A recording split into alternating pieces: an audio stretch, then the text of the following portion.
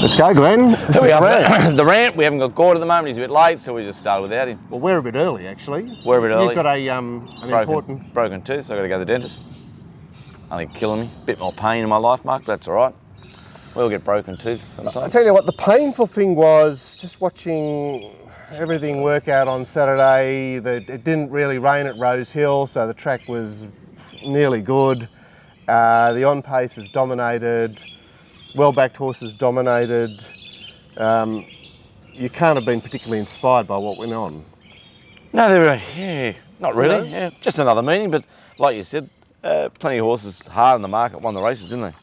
Yeah, well, I think the last two, by the time we got to the last two, where they just both posied up, got perfect runs, drove to the lead, it was all a bit, it's a bit deflating because you're expecting something from those large fields, a bit more dynamic. Yeah, something in the juice to... Yeah, to but I mean, that is the nature of Rose Hill, and we keep forgetting that Rose Hill is a flat, on-paces track, and it's hard to get it any other way. Yeah. Anyway, it was also I suppose a winter preview. We had all our old stages back, and there they are. And in 2 months' time, we'll be and new blood. I think New Universe is really a horse on the way up. All right. Well, let's talk about him. As he's obviously one of the features of the meeting. He was, I think, particularly well backed because the first two races, or certainly the second race, it appeared a bit down the outside. Yep. What I guess we may have missed was the fact that they had gone very fast in race two. You know, Gretna had held them out, Zemerdad had attacked, and at the 1400 they seemed to get along. They went 47.5 for the first 800. Yeah, terrific early pace there, and White Moss was a little bit of a tragedy beating. I know you think differently, Mark, and you think it had its chance, but I don't. I think it was the best horse in the race and should have won. I tipped White Moss from Quick Feet. Had a good result in Quick Feet there at $14, which was a good price. It was hard for me to price it any longer than sevens at a horse Quick Feet. Correct the Monday there, Glenn. Well done. Where to for White Moss? Is she ready to have a break? She's ready to have a break from the mounting yard. That, to me, I think next time if I see it, I'll be surprised if I see her again. I'd say break time. She's had 4 or 5 runs, hasn't she? At least 4. Yeah, she's had 5 runs. 5 after that was her 5th run this prep. Interestingly, she didn't miss the start, but she didn't ping the lids like she had her last 2. 3, in fact, last 3. She's a very, very talented horse. She's one of the finds of the early winter. What do we do with the favourite, the well-weighted Passage of Time, who James Innes Jr. had to do a little bit of work to get in one back, which I suppose, given the way the race panned out, wasn't that great because we saw the first 4 in the run end up the last 4. The field inverted by virtue of the strong early speed. I want to keep an eye on it from the parade, that horse. I only had about 3rd or 4th from the numbers. I was very surprised at how short he was, and he did display a few little negatives late, so might need a bit of time off that horse, might need to spell itself. Needs a bit of growing up to do. Yeah, it's his first preparation. That was his 4th run, first prep. Gord, I know, was potting him on Friday because of that. Fleeting Stripe, Mark, got beaten this far by that far. I remember on Friday's previous show, I said, what horse can't win the race? I said, as long as I'll price Fleeting Strike, will be 25s here. Why can't it win, Gord? I remember saying all those words. 240 to 1 on the fair as they jumped for $12. This far by that far it got beat. I mean, is that sort of race? It was actually stretching to be in the finish. My word, it was. It was like, I'm here to win the race. I'm not saying, like you could tip it, but you could predict, I could predict that. Anyway, whatever it means. So that was race 2 where, they came from the back, came down the outside. So suddenly New Universe looked to have a situation that was a touch more favourable than might otherwise have been. So instantly he was like yours for theirs. He was yours for theirs, which seemed tight. The thing about him being used for this is Kawakini was so tied to him. Kawakini was 17.5. I don't know how the fair gets that so right sometimes, and it never ever looked to be a winning chance ever, Kawakini. Never seemed to be a place chance. So, and yet we got funny place getters there. Vienna Romance is a funny place getter, I think, and Memes, I thought it did a really good job. Did a very good job. Of course, as I forecast, Diplomacia contested the early lead before Memes drove up underneath it and wrested away from her. So she didn't get a particularly peaceful time of it. I mean, she got to do her own thing. But I think the point about the race was 1100 was a key there, and the favourite struggled with the 1100. Kawakini certainly struggled with coming back to 1100. Yeah. They just couldn't position themselves in the race. Memes has done as well as she can. Vieta Romance has just, I suppose she's at the top of her game. She's just poked along there in the perfect spot, which was 1 out, 2 back. She has that Wear It Racing tick of luck and approval. Like every horse that bloke touches just runs a great race. Yeah, he's the nicest fella of all time too, and it's a beauty for him. But like, really, can you have one bad week? Like, for fuck's sake. Anyway, so she's run very well. Whereas Once More a Lady had an amazingly good run. She was 3rd up on the quick back up off the failure at Scone. Unfortunately, we have to say that she's not racing well. Well, Joe Pride seems to be not racing well. Yeah, that's a fair comment too. And which happens, you know, we're all in and out of form, and you know, I would suggest that there was another horse of Joe Pride's later on My Psychiatrist, that gave in very meekly. I know they went very fast. And in the same race, Good Time Charlie hasn't looked like being in the finish. Good Time Charlie just went back and stayed back, so there's certainly a question mark over that stable. What do we want to see this? I think the winner has overcome some difficulties there. They're coming back in distance, under pressure a long way out. It's the most promising horse at the meeting, Mark. It'll go to the Brisbane Carnival and keep winning races.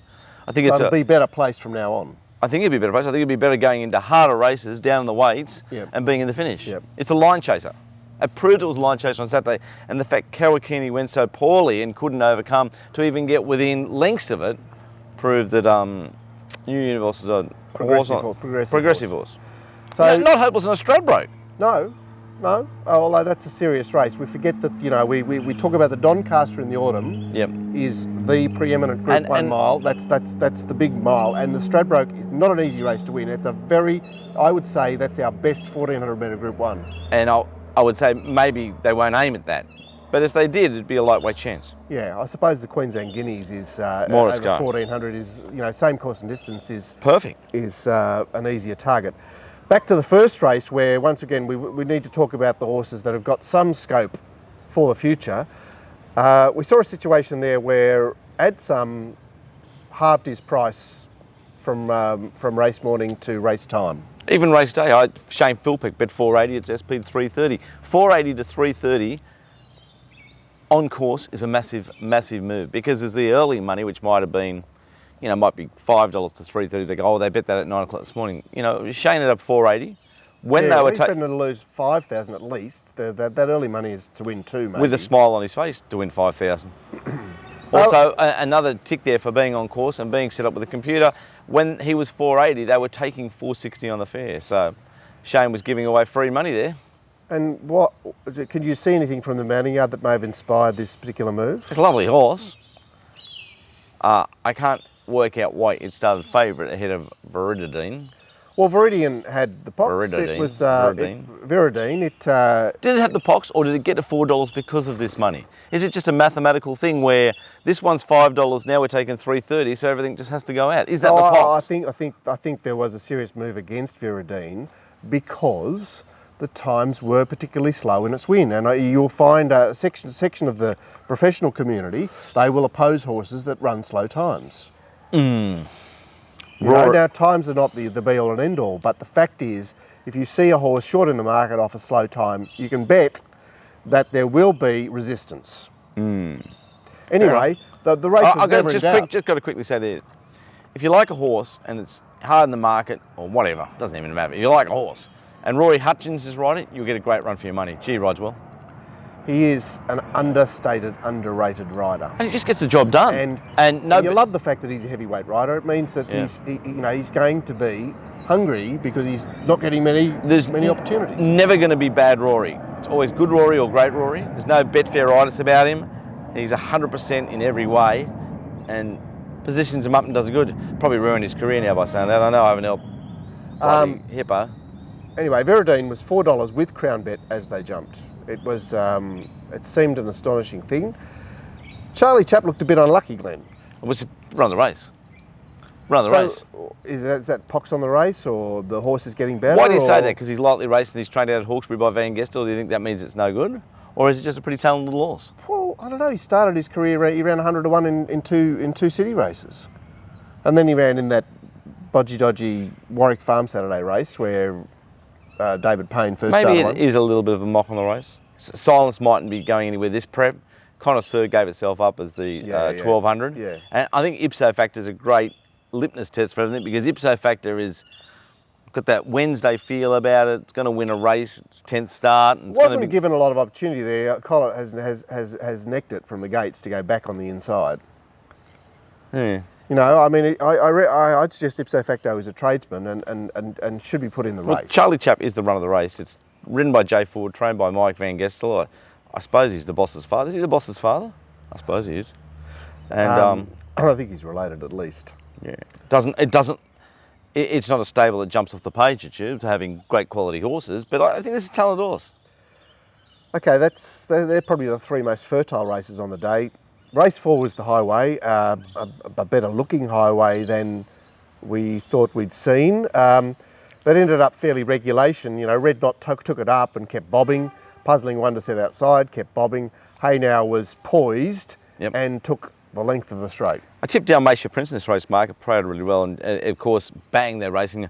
I missed the start at 3/4 of a length, and I'm back 2 further than I wanted to be. I wanted to be where Hey Now was. But they did signal they were riding it quieter than last week. Anyway, it presented there at the 200 to let down. It's only been beaten, a length and a half, and it was a terrific bet each way, and did my friggin' money as usual. Just wanted to talk there, one thing about races too, is it's very important when you're doing a form, and I mean this coming from me, and you price something and something's tied to it, you've got to be kind on what's tied to it. Now I marked Hey Now 7-2 and it started 370, so didn't mark it that great, but I just felt that if I'd marked it 7-2, I couldn't be longer than 50s, the third one, Bolshoi Davaushka, because it was tied to it by about 4 lengths from their previous run. And I remember looking at 150s and $31 a place there with Rob Wardhouse, and they jumped. I remember I didn't have anything on it. I knew it was tied to Hey Now, and of course I said on the Friday show, whatever happens on Saturday, James Innes Jr. is going to ride plenty of. Yeah, sure enough, there it is. Bob's up, runs third, but it's just important to remember when horses are tied to others to stay with them. And also to remember that was James Innes Jr.'s winner for the program. I mean, what did it pay the whole? It's paid $17 a place in the tote. They bet 31s on course. I mean, if you back him each way all day, you've had a fat day because of one click there. I mean, he ran second on Pendaloke. And what else did he run a place on? Something else? James Innes Jr. He's a bloody kid to ride. Okay, just the 2 place getters. So, I mean, I said he'd ride a winner, I was wrong, but getting back to when you're doing your form, if something's tied to another horse and coming out of the same race, even though they might be beaten 4 or 5 lengths, don't be super hard on them. There's no way Hey Now could be 370 and it'd be 150s. And that's how they ran. That's a good, very good point. That's a pearl from Glenn. I don't like giving pearls. Well, it was a genuine 25 to 1 chance. They bet 150 to 1 about. Now, whether you can make money in that range, I chip away in that range this one time, but Robert bet me 6,200 a place. He didn't, because I didn't have the bet, but I did kick myself all the way back to the friggin' stand because I'd done that work to identify that and then didn't profit from it. If you don't profit from when you're right, you're going to fucking end up with no money, because plenty of times you'll do your cash when you're wrong. So the highway was yet another example, particularly the Rose Hill examples of highways where you just get there and just keep whacking because nothing behind you's got any acceleration. What do you want to do with the winner next time? It's a nice progressive horse. Lightly race, I suppose. Don't really want to talk about the race too much. I hate talking about the race. But the telling time in the betting was the support for the winner and the lack of support for the other contender for favouritism, which was looking very soft lately. Schedule? Yeah. And it was also telling in the sense that he'd won his race at Randwick on a very sympathetic track, down the outside track, and he came to Rose Hill, attempted to win the race the same way, which actually wasn't going to happen. You know, they're still country horses, sitting back and a bit wide. He's just not going to blouse them. Yeah. Interesting from the parade there, a lot of the parade watchers, you can really, a great old bloke there, and I was talking to him and I said, wow, dude, just notice, the minute they walk in, you notice the difference in the animal. Like, it's like, every race is Usain Bolt or whatever, and then the country horses come in, and the old bloke said to me, he said, Glenn, they're country horses because they're the runts at the sales. They're the runts in the pack, and they go for the cheaper price because they're runts, so that the country trainer gets in to buy the runt, and he takes him out wide because the country trainer doesn't have the money of the city trainer. The feed's not as good. The whole establishment of growing and developing the horse is not as good as the city person. So it's self-fulfilling. It is self-fulfilling. So, you know, I get there and go, oh, look at this. This has got none, because it might be the second horse I've looked at in the parade, and it's 11-4, and then by the time they've done a lap, I've nearly got a top pick. It's tricky business, country horses on the city days, and I'm not, you know, nothing you can grab from that. They are runts. They're a smaller animal. There is. The highway will be a highway, and you don't take the highway form anywhere else bar the country. Yep. You don't even take it to the provincials. The thing like Clearly Innocent that came through like a highway type program, that's a one-in-a-lifetime type horse. That won't happen again. And he's actually not a runt, he's a big bastard, but great horse. So then we got to the 1100, and the fresh blood, which I didn't see any merit in, but it was very fresh blood. Greg McFarlane, he's a bloody top trainer, I'm telling you. Well, what's he got to work with? He has limited stock. He probably He deals has all the McNair stock. all the What's he got to work with? Like a rocket, this horse. Yeah, well, this horse, you know, all those horses we're so sick of, and I'm looking at this race going, ooh, this looks a nice race for Pepperberry, when in fact there is no nice race for Pepperberry. You were super keen on Friday, and so was I. I thought it set up really well, but again, like everything we do on Friday, you can't have all the work done. When I went right back to re-look at his trial, I went, ho-hum a bit.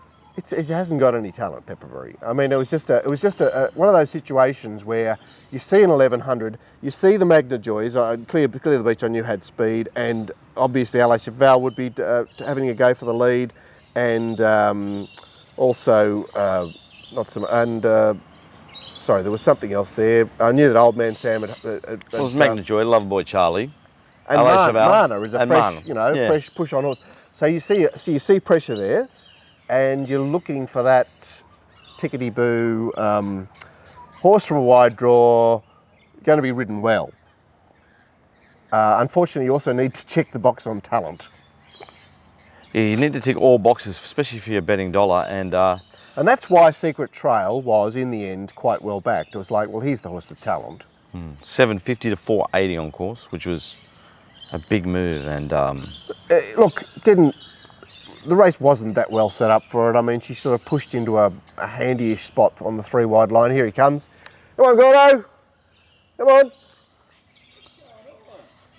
Didn't you get the text? Oh, we left you out deliberately. Come on. Did you tell him? Yeah, I told him. We said 9. Oh, did you? It's all right. You're here now. That's good. All right. Take your time. Take your time. Gordo's it's all right. just here. All right. So look, Clear the Beach, obviously talented, and Dissolute absolutely flying, and you know, not much more to say about the race. Fortunately, Gord's not insecure. He won't be slighted like us old. He's good. Oh my God. Oh my God. We're up to We race. even left you in the picture, you know. Look. You gone again? Oh, he's just getting sorted. So, Dissolute looks to have run well here, Glenn, given that, you know, that Rose Hill on pace sort of... Went enormous. It went tremendous. And the marketplace set it with $13 to $8. It was one of the better backed horses in the race, Mark. I didn't think it had the form to do that. Well, it didn't, did it? You said Wednesday horse.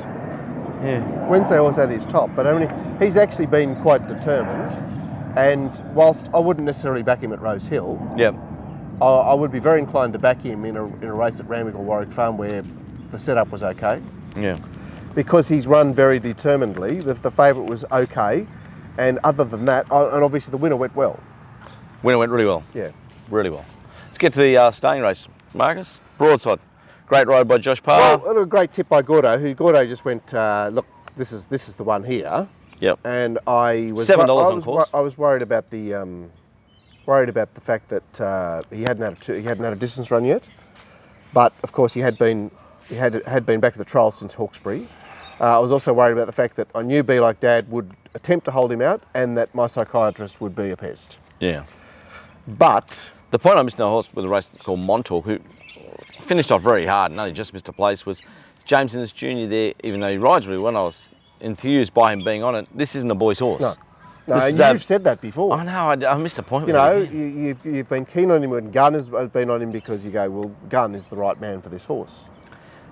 When I did the form and finished my prices, my thoughts, I marked Nothing Box 14 to 1, and I marked Careless, $26. They started $3.20 and $9. They both missed a place.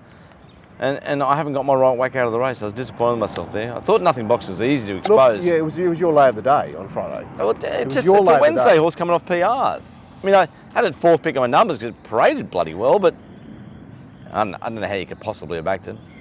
And it was hard to be like Dad. Well, somebody backed it. It was like, it started, what did it start? $3.20. $3.20. It was $7.50 on Friday. Field didn't change. What's happened, old mate? Welcome to the show. Yeah, hey. What, just didn't know it was on early? Text messages. Oh, no. Yeah. Text messages. I need phone calls. Yeah. Oh, you didn't read the text? I just don't look at my phone. So. I knew you don't do anyway. It doesn't matter. I got to get that It broken. doesn't matter. All good here. Gordo's here now. We've covered the first half of the program. Anyway, Broadside went particularly well, Glenn. Went really well. I think that it got close to the lead early and then gave the lead up and then, posied up. It was beautiful, right? Who ended up going to the lead? Was it my psychiatrist? Yeah. Deanie. She went to the lead fairly early. I thought it was a bit later, but when I watched the replay, it was quite soon into the race. Yeah. She did. Well, otherwise she would have been stuck in no man's land. Yeah. She was easy to tip what she was going to do. What I was surprised about was the price Nothing Box. Like, why was it so short? Well, just talking about that. Glenn forecast the same thing on, but I mean, it was a horse that had a profile. As much as you didn't like its form, you're saying, oh, look, Bowman's done everything right there and thrown it across the line, blah, blah, blah. The fact is the horse had started, in its last 3 city runs, at Warwick Farm it started 6-4, at Canterbury it started 5-2 off a break up to 1900, and then the next start it started odds on. It's like a Waller horse with a 1 next to its name, with a last start SP of evens. It's like they're going, oh, well, we'll just have to back this. We'll overlook the fact that it was the pooiest of wins all over. So, look, you've got to remember these things because it's all very well to say, why was it that price? You need to understand why they are that price. Yep. Because we all need to play this market. You need to play the market in an optimum fashion. Two good, the pro punters there on course. There was 90s into 30s get on the Grange and finish second. I did see $20 a place about it, and More Energy, they bet $51 at SP 26s. I did see $11 a place, it ran a place, and too good. I think they particularly like those 7-day backup horses in staying races. It's like, forget the fact that this horse is not much and all that. Yeah, its ace is the quick backup. Big ace. More to Platoon there, boys. Had a nice run, finished second last. I think we can nearly say life for it. Well, I mean... Well, it just can't come off getting beaten 21 lengths. I thought that looks like a horse you might tip next start. Not anymore.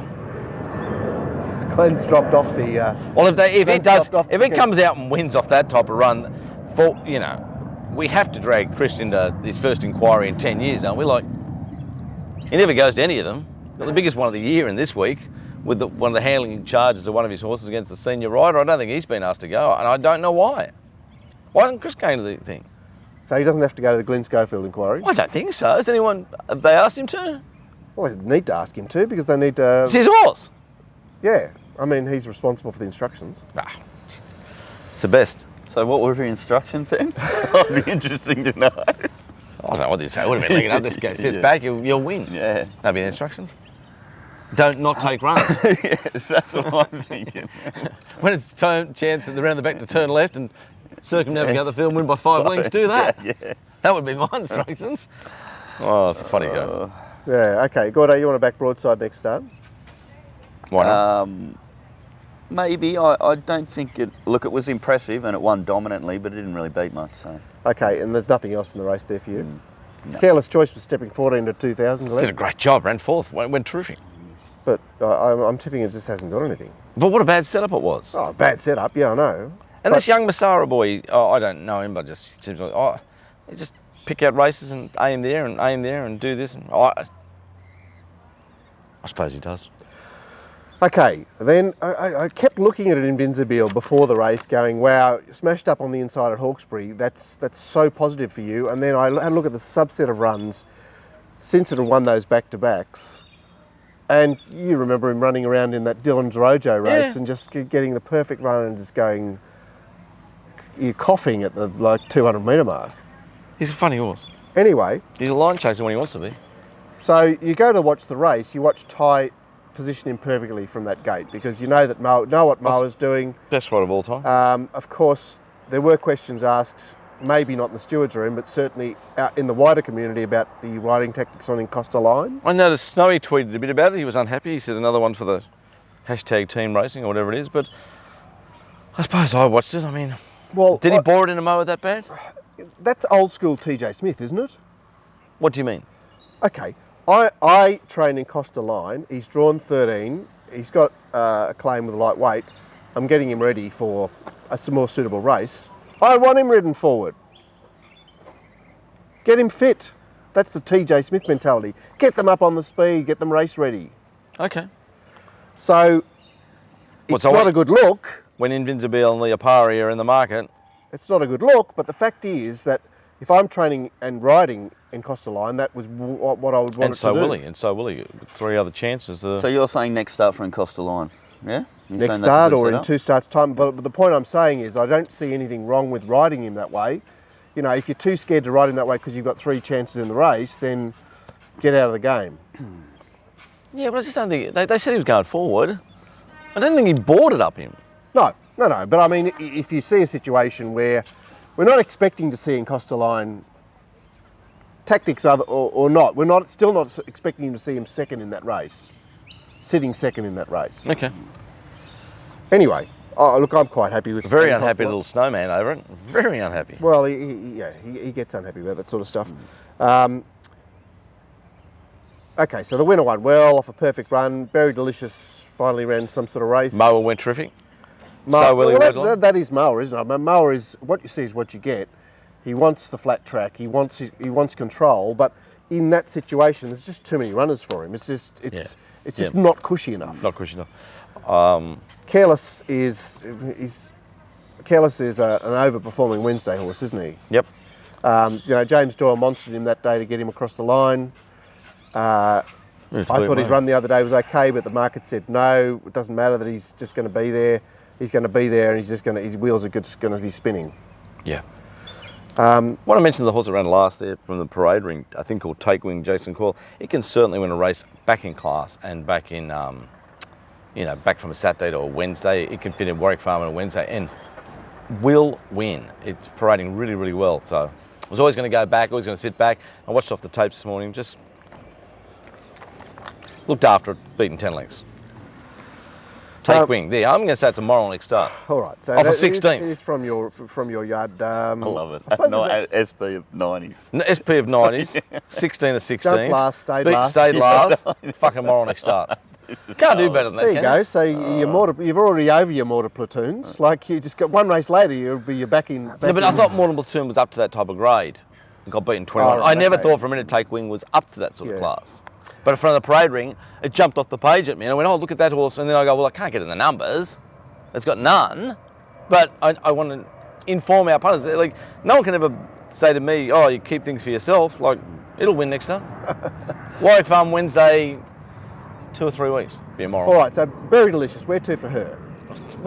I mean, she's run quite well on a dryish track. She runs well on a lot of tracks. She's Anyway, she good hasn't little run horse. for 2 years. We just don't worry about her. Yeah, don't worry about it. Falkenberg returned there, and there was a sprinkle around for her. Was a sprinkle at one She's stage? actually a half to Sebring. Is she really? She's a half sister to Sebring. Yeah. Who cares anyway? Who But cares? Falkenberg, has she got anything to offer this prep? I think the Snowden thinks she's a really good horse. But I think she's I Well, think she's a sourpuss, you know? Yeah, okay. Needs everything to go her way. She needs to be at optimum fitness and she'll win by neck. Yeah, well, remember when New Tipperary just kept her at bay. She had everything right, everything go right, and Believe, there was like a lot of talk about Believe for the 3 days leading up to the race. I think people also suspected the track might be a bit wetter. She went out one back and raised the white flag. First start blinkers on. Yep. Is there any hope for her? Talented horse. I want to wait and see if she puts in a good run. I suppose she's still only Gordy, what are you fourth up saying? off a long spell. You're a bit ginger nutty today, aren't you? Oh, just the late call-up walk in. I was waiting to go in and have a coffee and pep up ready for the show, and it says, bam, here I am. Yeah, no, we've been here for ages. Oh, yeah, mate. Here's the ambulance turning up. Invincible wins a race. I don't know whether there's much to take out of that race, to be honest. Except Take Win Wednesday, next start, in Melbourne. Fucking moral. Bonnie Rollers race. Let's get on, guys. Not much to talk about here Look, either. I did say on Friday, I said, look, guys, there's guard of honour who who knows, is a myth. Who knows what it is? It's hard in the market. Then you get 2 Snowden resumers, not Snowden resumers, Beedman resumers. Mogador and Reincarnate. Didn't look suited either of them. And there they were, hard in the market, $8, $9. So what could they do but back the favourite? And they sort of only tried it late. And there it was, PRing. These horses, we want to hate them because they PR, but they give themselves the PR. They dominate it. They dominate in the run by getting to a good spot. By the way, Girl Sunday. What a Gordo's tip, Girl Sunday. Well, there's another horse. She makes her own luck, and flew up front. Pushed on there, boxed on really well. How did she parade, Glenn? Well, she played well. Yeah, the second on the numbers. Yeah. Yeah, she played really well. I think she raced really well. She didn't get the whatever the word is. What's going on here? Someone dying? No, she's come back from hospital. Oh, okay. Yeah. That's how they bring you back from hospital. What, in the ambulance? Yeah. I could have been. You should still be in hospital, but they kicked you out. Oh, really? Playing checkers? Oh, they bring How did checkers go on Friday? I beat Greg 7-6. First to 13. I held a victory over Inglis. It's not funny, guys. Yes, it is. I'm just visually picking you two playing checkers with drool coming out of your mouth. It's not good that visual. I'm telling you. Okay, so Bonnie O'Reilly did the job. She'll keep doing some sort of job because And she'll creep up in the weight. She's very small, and eventually when she creeps up in the weights, the weights, she won't handle it. Okay. Wild and Famous ran a determined race, but is there anything for him? No. Dream Lane late down the outside to grab girls. She's very honest. Very honest. Rose Hill 1200. Look, she's got 3 very good runs. Wild Famous, Dream Lane, Girls Sunday, Frill Seeking. Very honest horses. But they're just what they are. They get jumbled up into different barriers. And you get a picture when you think they're going to get a PR because they'll need that to win. Okay. Guard of Honour, has he got life? He's got life for me. Couldn't even posse up. I tipped him on top from Girls Sunday. How bad he go? And the 2 blue colour resumers, Mogador recently gelded. Both in great order, both with improvement. Because Reincarnate needs a very different setup. Reincarnate is the sprinting mower. He wants a wide draw in a field of 7 to go across and do his own thing. Yeah, well, he doesn't want any setup where he has to. A lot of these horses get into a range where a lot of them are never going to win another race. Yeah. So Guard of Honour's one of those just all show, no go. Oh, he should be on a carousel, going with a big stake right through the middle of him. Are you allowed to say that? I'm so tempted to say that. Well, I mean, we're happy for him to run around and take up 20% of the market, aren't we? So, I backed him, so I'm the mug there. Anyway. And the last, well, a big load, Terry Copper. He was particularly forgiving of Dagny, and I think even turned you around a bit, Gord. It was absolutely fantastic talking to Terry. That's why people should go out to the races, to talk to smart people like him. I was overthinking it and had a quick chat to Terry for a couple of minutes, and it completely Terry basically said, my it's been back to the trials, it's got the blinkers on, it's only 3rd up, blah, blah, blah. Did have excuses on a heavy track second up. It absolutely shit him. Yeah. Well, there's nothing to say. Wang Lai got home late to run a place because it's a mare up and running and flying, absolutely flying. And the rest, they are a bit sickening to talk about. So, Glenn, in my numbers, I tipped 3 to beat 2 to beat 1 to beat 4. Who's 3, 2? Because I haven't got any numbers. Wang Lai to beat Labdian to beat Dagny to beat Maram. Oh, you've done very well, Marcus. The first 4 in New South Wales paid 8,800. Oh. In Victoria, it's paid 4,400. And in Queensland, it's paid 2,200. Oh, wow. That's interesting too. That's just pool orientated. Countess Marinoff, we gave life to it on the show on Friday, and she paraded particularly poorly on Saturday. And Nitin Pool's kind of had enough this time in. Improves going into the future. I think she's better at 1,200 too, Glenn. She's because she's won that 1,350 at Beaumont. There's this idea that she's a 1,400 metre horse. I think she's an 11-12 horse. Yeah. And what about the heavily backed Firebird Flyer that took no part? Took no part on the way out. Took no part on the way in. Did he get scratched or did he just jump off I can't remember. He fell off, didn't he? Didn't come out. Didn't come out. Yeah, it was $16 to $8. I don't want to say that number because anything $16 to $8 and he runs well. How can we talk about it? The jockey come off it? No, did he come off or it just didn't jump, did it? I had it taken no part, but I didn't pay a lot of attention, so. But it was a runner. It was a runner. Yeah, there was another late scratching in the race, but it was a 50-1 chance. Yeah, in a wink. in a wink. In The a old- wink. old Took off. stable favourite. Took off. Now, Glenn, you didn't have an opportunity to talk about the gala at Scone, where I didn't go. Well, I know you didn't go, but all of us saw that horse, Mr. Sneaky. Sneaky. Yeah. Just jump the fence and run away with the other Oh, I horse. saw that. That was great. I love that. That was really exciting. That was the highlight of Was there Scone other for me. horses in the paddock? Yeah, there was a whole. I thought he just went and hung with his mates. So Gordo made the point. Well, hang on. They have to make sure that Mr. Sneaky's not going to jump back over the fence and interfere Yeah. with the race. What about all those horses? All those horses that were in the adjacent paddock. They could have joined in any race, any time. You see what I mean? Like, it makes no sense. They delayed it for ages because they were worried about it jumping 2 fences to get back onto the racetrack. Well, there's Brumbies running around everywhere having a good old That's time. a great story. I never thought of that. Yeah, it's really that's really, really clever. It's I'll give you another prime example. The political correctness we all know has gone too far in this whole country, and I'm trying to fight the good fight the other way, and I'm losing. But a perfect example is a horse rears up on Sky, or rears up, they Cut the footage. they cut the footage and just put the price up, right? Because they don't want you to see that. Yet at 6 o'clock at night, you can watch Parramatta play Manly, and someone comes in the elbow and 6 teeth go out that, and they line up the slow-mo and they circle each of the teeth. Or the knee bends round 8 times, and they go, oh, look at the cruciate just split there 3 times, and they give you a detailed description about the injury to a human, but the horse goes, and they go, you are not allowed to watch it. The only How does that work The out? only one where they think it's gone too far is when the staple gun comes out. You know, that's the only one that pulled the pin off. Well, it started with American TV when they used to blur the nipple, but they show the Tommy gun shooting 18 blokes in a movie. It's fucking. Let us get back to the nipple, for fuck's sake in life. Anyway, that's the end of part 1. Oh, I'm going to mention one thing. Oh, Have goes you- back. New Universe. Yeah, we've gone right on about it. Okay, I reckon that's just sensational run. There you and go. Goes to Brisbane and Get wins here on time. You can talk about it next time. if it gets a run. Let's go. Let's get back to the